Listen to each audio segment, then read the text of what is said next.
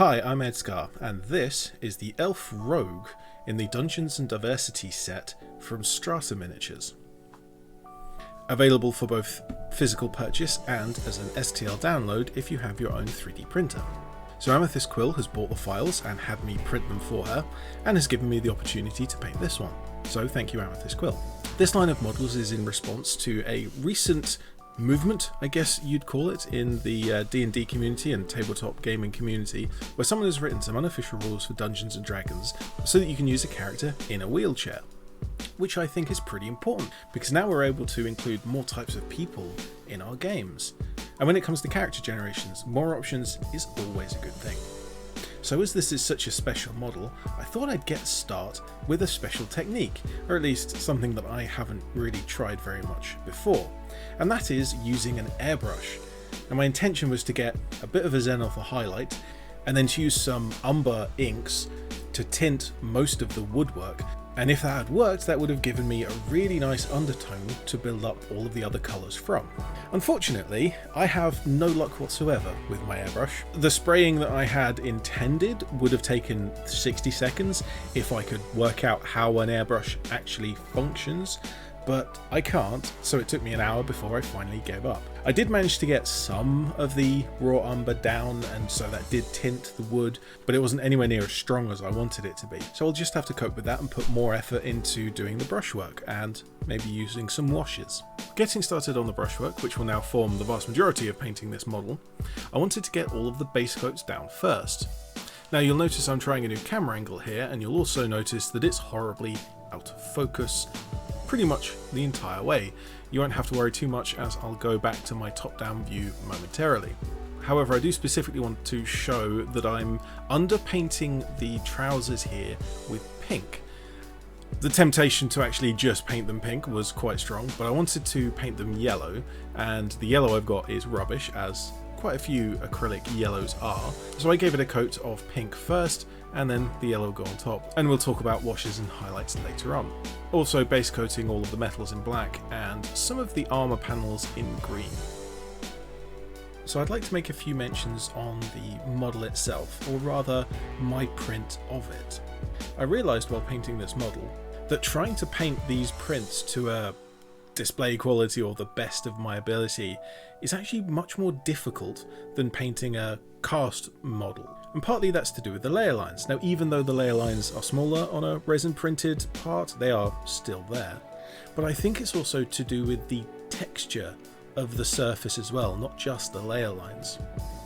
Paint doesn't flow on it in the way that I'm used to. But even beyond the layer lines, just the surface texture, even on a flat surface, paint doesn't move around on it in the same way that it would on any other model. And I just haven't painted enough of these models to really be able to work out how to do it. Now, there is of course something to be said that my printer isn't exactly the newest technology. The pixel density and the layer heights aren't quite as small as they are in a current generation printer. But these prints are coming out more than good enough for most of what I use things for. If I wanted to have, I want 10 skeletons, or I want a bunch of ghosts, I want some zombies for a game coming up, or I just want some random things to go on the shelf, or anything like that, it is absolutely perfect for that. Print them out, give them a simple paint job, that's all they need. They look great. And when you're gaming distance away from a model, you cannot tell the difference. However, when it comes to trying to do something display quality, and I'm hardly a display miniature painter, but pushing my skill level as far as I can to make the nicest looking model, that's where the resolution of my printer kind of doesn't give me what I need. And so hopefully by just taking my time, being patient, being calm, and just going through the skills that I have available, I'm going to try my best to make this look as good as I can. And it's certainly an interesting challenge to paint a model that doesn't want to be painted.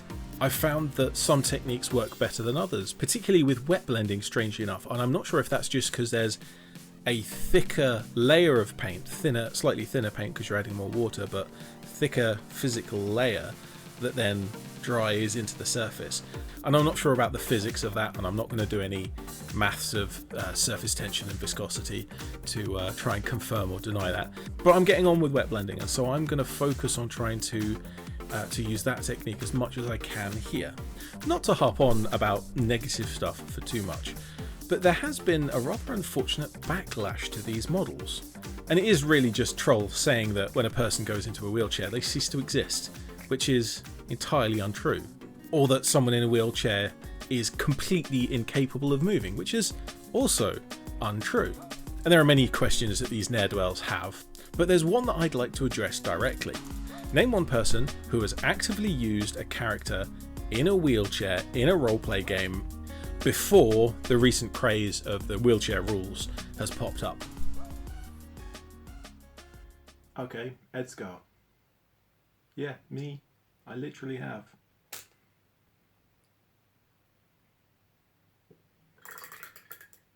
And to explain that, I need to talk about a completely different character. Unfortunately, a character that I didn't have a model for. And that is the character of retired Sergeant Torpenhow. And this is a character I used in a science fiction / cyberpunk setting where body modifications and augments were illegal. So when this police sergeant was injured in the line of duty, he obviously went off on a quest to find a black market doctor who would fit some kind of augment into his legs so that he could walk again. But for the purpose of the game that I was playing, he was confined to a wheelchair, and also accidentally questioning the morals of certain professions. Now in that case, that game was run as a pure pen and paper system, so there were no models, so not having an appropriate model really wasn't relevant because no one had models, there were no models there. However, if it had been a tabletop model based game, it would have been far more difficult for me to find an appropriate model. Now I'm a strong supporter of anyone using proxy models in any kind of RPG, even to the point where you just have a square of card that you write your character's name on. That is okay by me. Or you can use some other model that roughly sort of represents your character. That's fine. It doesn't even matter if it's painted. But if I could have had an appropriate model to represent that character, that would have been so cool.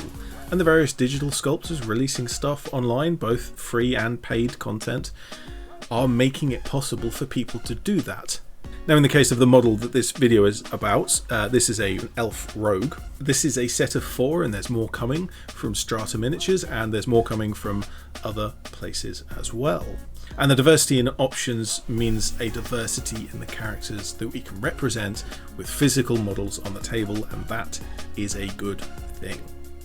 As this character is a rogue, I wanted to avoid using a majority of brown because kind of a bit overdone. It is part of the style and it is absolutely legitimate, but I've done it hundreds of times. If you look at my Warhammer 40k Orc Force, they're mostly brown, so I wanted to push away from brown as much as I could, and so I went over the model several times trying to pick out, okay, there's this detail here, how can I change it to a different colour? There's this detail, how can I make that not brown? And some of that was easy. There's a bedroll on her back, I made that green. There's a case on the back as well, I made that blue. There's a bottle that I made kind of a purpley mauve. But then it got into the fine details, like making the rim of the wheel black and the handles on the front of the armrests, making them grey. Just anything I could do to just subtly change the colours to try and reduce the flat brown of wood and leather that it would otherwise have been, which just leaves me with the skin and the hair. The dark skin tone is something I've been working on for a little while because I've been trying to get that to look more natural. I'm still probably technically better at painting Caucasian skin tones, but I want to improve my skills with other tones as well. The scheme for the hair is actually a scheme I've used before in a Sister of Battle model of all things. I have an extremely pale, almost creamy blue that I use as a base coat for the hair, and then I mix in that blue and some white to make lighter and lighter tones to highlight the strands going through. And again, this is going back to the difficulties I was having with painting a 3D printed model. It was most difficult on the hair, but I think I just about managed to pull it off and got it to a level that I'm happy with, certainly for a gaming model, maybe not quite for a display model. Amethyst Squilla is going to get me to print a few more of these, partly just to have a few of them knocking around, just because we can. but also because I was having difficulty working out what angle to print it at.